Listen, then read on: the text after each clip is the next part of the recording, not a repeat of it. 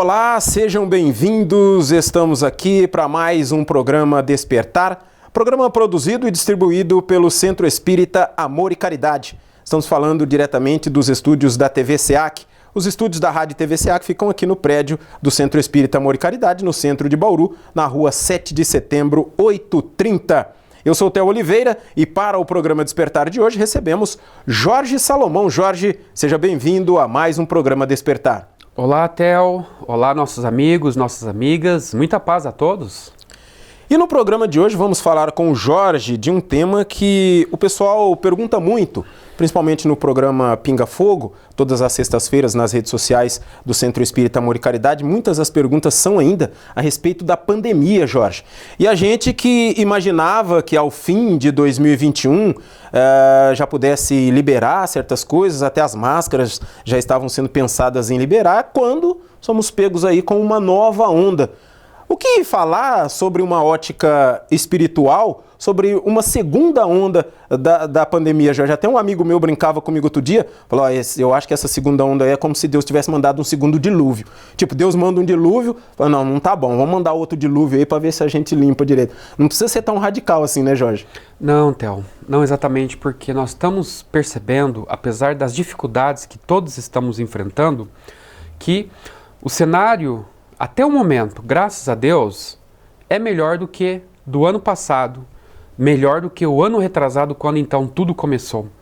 Pior ainda foi o ano passado, quando nós vimos um número crescente de óbitos, um número crescente de intubações.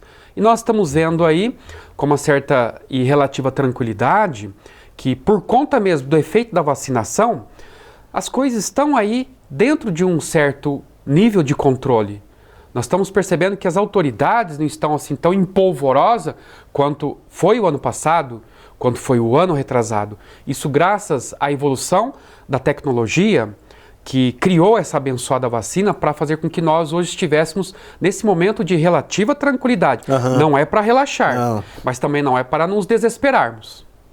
Ô Jorge, e a gente percebe ainda nesse ano de 2022 que a vacina criada lá atrás, eu gostaria até de fazer essa pergunta para você, isso é um presente, podemos dizer, da espiritualidade com esse tempo para que cria-se essa vacina para ajudar. Tanto é como você disse, a gente tem uma certa tranquilidade devido ao grande número de pessoas vacinadas. E ainda tem gente que fala, não, eu não vou tomar a vacina, eu não vou fazer isso. Isso meio que vai de encontro contra todo um trabalho, tanto na espiritualidade como aqui, para que isso seja resolvido, né? Isso não causa tanto espanto, Theo, porque no começo do século passado, quando teve a gripe, que dizimou milhões de pessoas na Europa e veio aqui para o Brasil também, e posteriormente surgiu que a vacinação, houve a revolta da vacina. Então eu fico pensando... lá também não quiseram tomar vacina? Não quiseram vacinar de jeito algum, foi um maior pampeiro.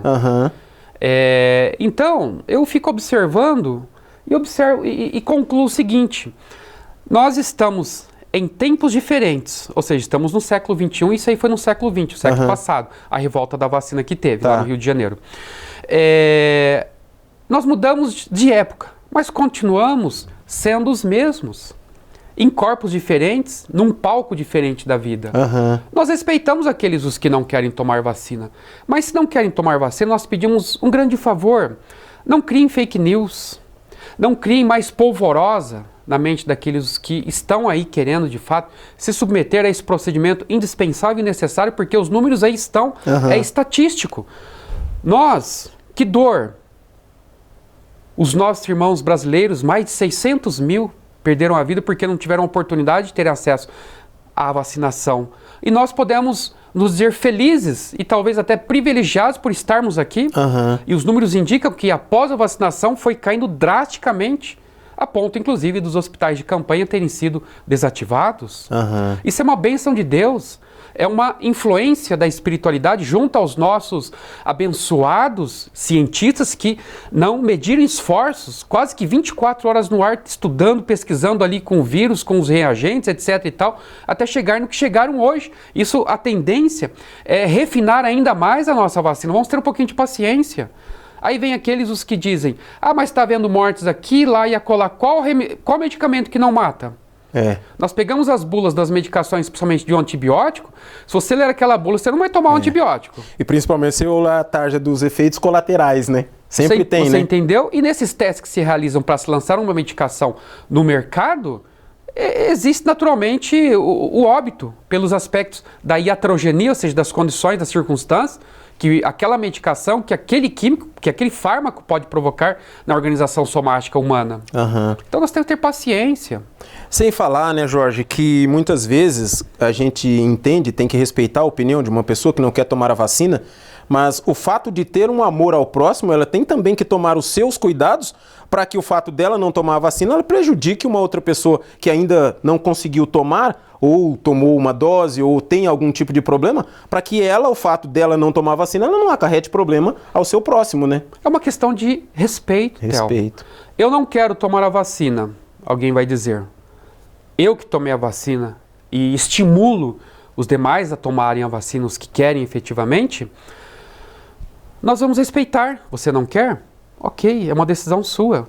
Nem por isso eu vou tentar gastar todo o meu latim para dizer que a vacina é ineficaz, que mata, que foi construída e produzida em pouco tempo, mas nós temos que entender, minha gente. Aí as pessoas vêm e dizem, mas uma vacina leva 10, 15 anos. Isso no passado, hoje a tecnologia está aí a ponto de fazer com que nós, em questão de poucos anos, façamos viagens interplanetárias, até Marte, por exemplo. A tecnologia de hoje é muito diferente da tecnologia da década passada, do século passado, por exemplo. Nós temos que entender isso daí. Então é questão de respeito. Se o Theo fala, não quero tomar vacina, eu não vou gastar o meu latim com você. E vice-versa, se eu falo para o Theo, eu tomei vacina, não adianta você querer me convencer do contrário. É questão de respeito, para termos uma convivência pacífica. E lembrando também, né, Jorge, a gente pede até alguma pessoa que esteja nos assistindo, que tem a intenção de não tomar, mas que tome os cuidados para que não traga problemas para quem tá ali do seu lado, né? Isso é um gesto de respeito e um gesto de amor, porque quem ama cuida. Cuida. Se dentro da sua casa você é o único que não tomou vacina, então você tem que ter um cuidado redobrado com aqueles que estão lá dentro. Eles vão se contaminar, sim. A vacina não nos protege 100%. Como toda vacina não nos protege 100%, mas pelo menos vai nos dar uma blindagem a ponto de não sermos hospitalizados ou um agravamento, como houve o ano passado antes da vacinação, com entubamentos em massa. Muita gente desencarnando. Então, o que você diz aí é muito importante. Quem ama, cuida. Então, nós temos que respeitar. Se eu não tomei, então tem que ter uma cautela redobrada agora. Chegamos ao final do nosso primeiro bloco, vamos fazer o nosso primeiro intervalo, um apoio cultural. A gente volta já já na sequência do programa Despertar de hoje.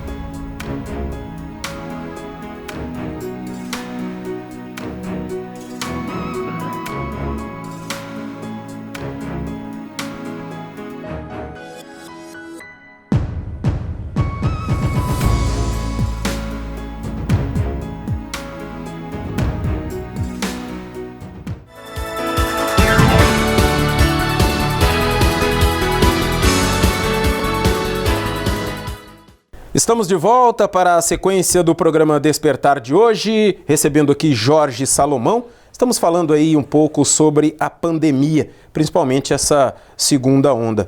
Jorge, muitas perguntas dentro dos programas aqui do Centro Espírita Amor e Caridade. O pessoal liga muito essa situação da pandemia, muitas pessoas que desencarnaram, muitas pessoas que não chegaram a desencarnar, mas ficaram com sequelas. O pessoal liga isso a um castigo, a uma coisa que Deus quer limpar a terra, alguma coisa que nós temos que pagar. Como que o Espiritismo mostra pra gente essa situação da pandemia, Jorge? O Espiritismo nos ensina a termos muito respeito, especialmente com essas pessoas, Theo, que partiram num número muito grande. Mais de 600 mil pessoas. É muita coisa. É muita gente. É muita gente. Então nós não podemos vir aqui hoje a público e darmos a nossa opinião, falarmos que Deus está limpando, porque esse limpar dá a ideia do que? De sujeira, de lixo. E esses mais de 600 mil brasileiros, ou mais de 4 milhões de pessoas que morreram no mundo inteiro, não foram pessoas que foram expulsas aqui da nossa terra por Deus, porque eram lixos ou precisavam ser postas para correr. Absolutamente. São problemas complexos, que uma simples entrevista não vai ser o suficiente para equacionarmos algo que é muito profundo e complexo, que até o momento nós não estamos entendendo isso. Mas que temos que ter de antemão a seguinte ideia: Deus quer algo da humanidade. Quer que a humanidade se regenere, quer que a humanidade melhore, quer que a humanidade se ame mais, quer que as autoridades comecem a construir pontes e não muros. Comecem a pensar na possibilidade de destruir seus arsenais bélicos, nucleares principalmente, porque hoje nós vemos com muito medo até essa chamada bomba H, que é uma bomba exponencialmente muito mais poderosa do que aquela lançada em Hiroshima e Nagasaki em agosto de 45, que tem um poder 100, 200, 300 vezes mais do que aquela lançada lá em Hiroshima e Nagasaki.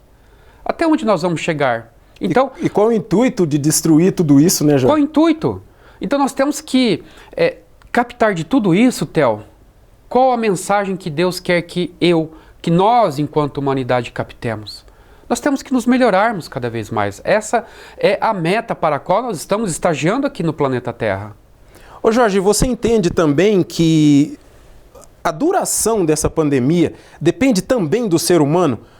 Com essa mudança que a própria pandemia provoca no comportamento do ser humano, vai depender desse comportamento o final dessa pandemia, se todo mundo respeitar, claro, o próximo e respeitar todas as coisas que os médicos, os cientistas pedem, a gente pode encurtar isso?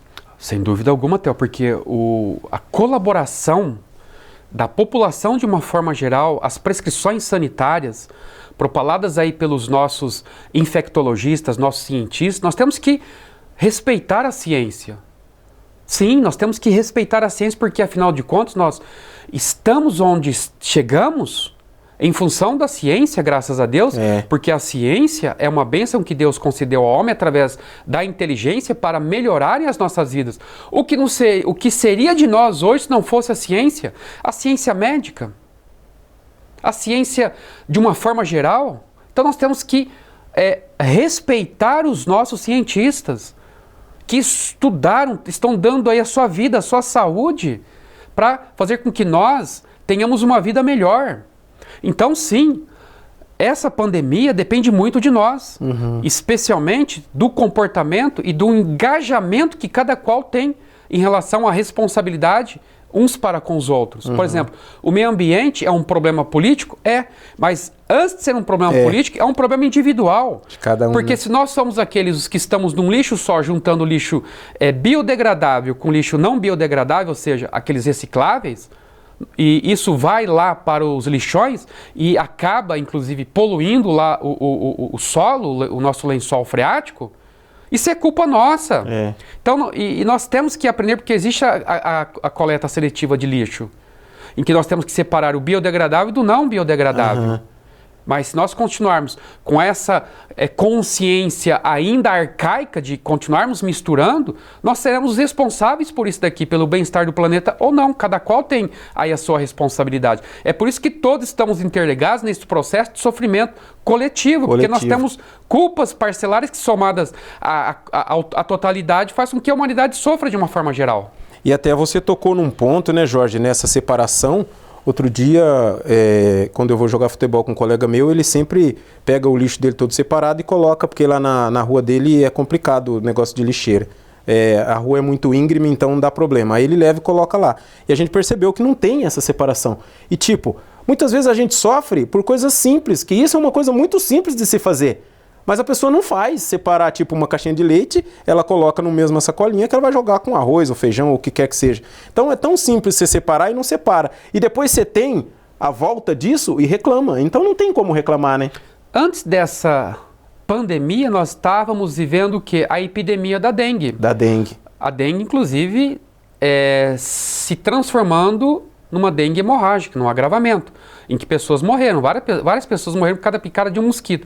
Mas qual é a origem desse mosquito? O que faz com que ele nasça?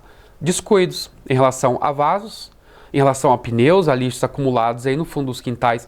Muitas vezes eu deixo meu quintal limpo, aí o mosquito do vizinho que não limpa o quintal vai me picar e vai me causar algum dano à minha saúde. Então, minha gente, por isso nós temos responsabilidade, estamos interligados uns com os outros. Porque o que eu faço de errado e provoco dano a você, a terceiros, vai fazer com que eu me vincule a um karma coletivo. E como a gente sempre fala, né, Jorge, principalmente no programa Reencontro, que a gente participa junto, o amar ao próximo não é só aquelas palavrinhas que estão lá nas escrituras sagradas. Isso também é amar ao próximo, né? Proteger o meu local onde eu trabalho, onde eu moro, para também proteger o meu vizinho, né? Exatamente, porque o que significa amar? Amar é cuidar. Então, falar que ama pelos lábios é muito fácil. Jesus já enfrentou essa situação, ele disse certa feita: essa turma toda aí me ama mais com os lábios do que com o coração. Então, será que nós não estamos amando muito com os lábios e pouco com o coração e com a atitude? Porque amor é atitude, amor não é palavra. As palavras são bem-vindas? Ótimo. Mas quando as palavras não guardam correlação com a atitude, não tem amor, tem hipocrisia. Tem hipocrisia. E a gente falando da pandemia nesse ano, a gente vê que, tudo bem, não, a gente não sabe a origem, mas foi o próprio povo que deu um corpo a ela para que ela chegasse a isso, né? Se seguissem as regras desde lá do começo mesmo, antes da vacina, talvez a gente passaria por ela, mas não com todo esse temor que a gente teve e ainda tem um pouquinho, né, Jorge? Exatamente. Apesar dela ter surgido na China, apesar das teorias conspiratórias que existem sobre determinados acontecimentos... Sobre tudo, né? Sobre tudo. Uma coisa é certa, a pandemia aí está. Nós vamos ter que enfrentar e estamos enfrentando. E estamos vencendo, graças a Deus. Mas o futuro da humanidade vai ser aquilo que nós estamos fazendo agora no presente. É isso que você falou. Se cada qual tiver a responsabilidade, os vacinados, os não vacinados, continuarem aí, seguindo as prescrições das autoridades sanitárias, das autoridades da ciência, eu acredito que isso em pouco tempo há de voltar a uma certa normalidade. A normalidade antes da pandemia, ou seja, ali para fevereiro de 2020, acredito que nunca mais. Nunca mais é uma palavra muito forte, mas aquela normalidade, acredito que... Nunca diga nunca, né? Exatamente. Aquela normalidade, não sei se nós conseguiremos retornar a ela, porque as coisas vão mudar, e como já estão mudando daqui para frente, nós temos que estarmos aí sempre atentos a essas mudanças. E essa mudança exterior implica numa mudança interior de conteúdo. Mudança de continente implica na mudança de conteúdo. E mudar o que em nosso conteúdo? Tornarmos pessoas melhores, mais pacíficas, mais amorosas, mais tolerantes. Não sermos intolerantes. Se eu, por exemplo, não quero tomar a vacina, não vou ser intolerante com você, Theo. Meu Deus, porque para que brigarmos se a mensagem de Deus é aquela que nós falamos no bloco anterior? Ele quer que nós acordemos para o que existe por detrás, a mensagem subliminar, divina que está por detrás de tudo isso daí. É o amar-vos uns aos outros como eu vos amei, disse Jesus. Estamos chegando ao final de mais um bloco aqui no programa Despertar. Já já a gente volta na sequência do programa de hoje, depois do nosso apoio cultural. Não sai daí, a gente volta já já.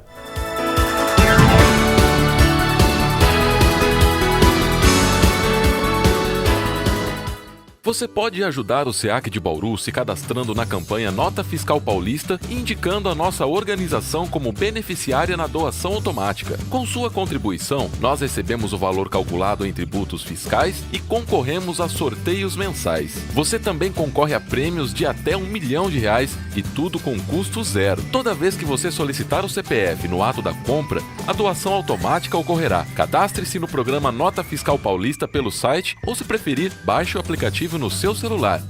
Faça seu login e siga o passo a passo que o sistema oferece. Escolha a opção Entidades e, em seguida, Doação de cupom fiscal com CPF automático. Pesquise pelo nosso CNPJ, Centro Espírita Amor e Caridade, e selecione Prazo Indeterminado. Pronto, agora você já está ajudando o SEAC e todos os nossos projetos. O Centro Espírita Amor e Caridade de Bauru agradece.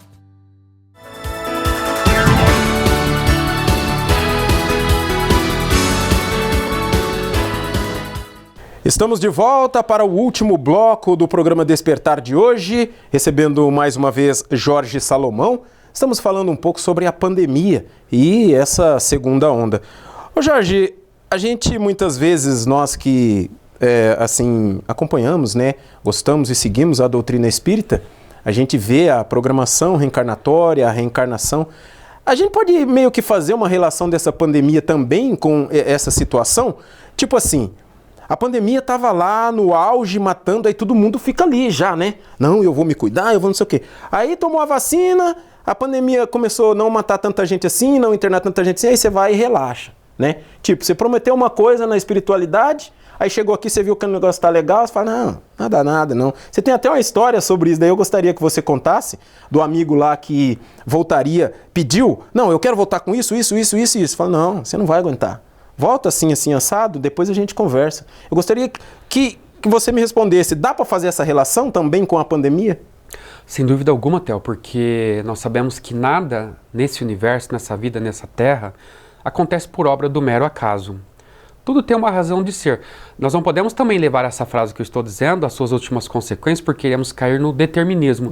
Que é aquela situação segundo a qual até se cair uma gota d'água aqui agora é porque Deus quis. Não é bem assim. Aí nós perdemos o quê? A nossa liberdade de ação, e não é bem isso. Mas no geral, tudo isso já está aí programado pela espiritualidade. Para que nos abstenhamos de muitos comportamentos de outrora, seja de alguns anos atrás, seja de vidas passadas, e que foram as geratrizes de nossas infelicidades às quais hoje estamos vinculados.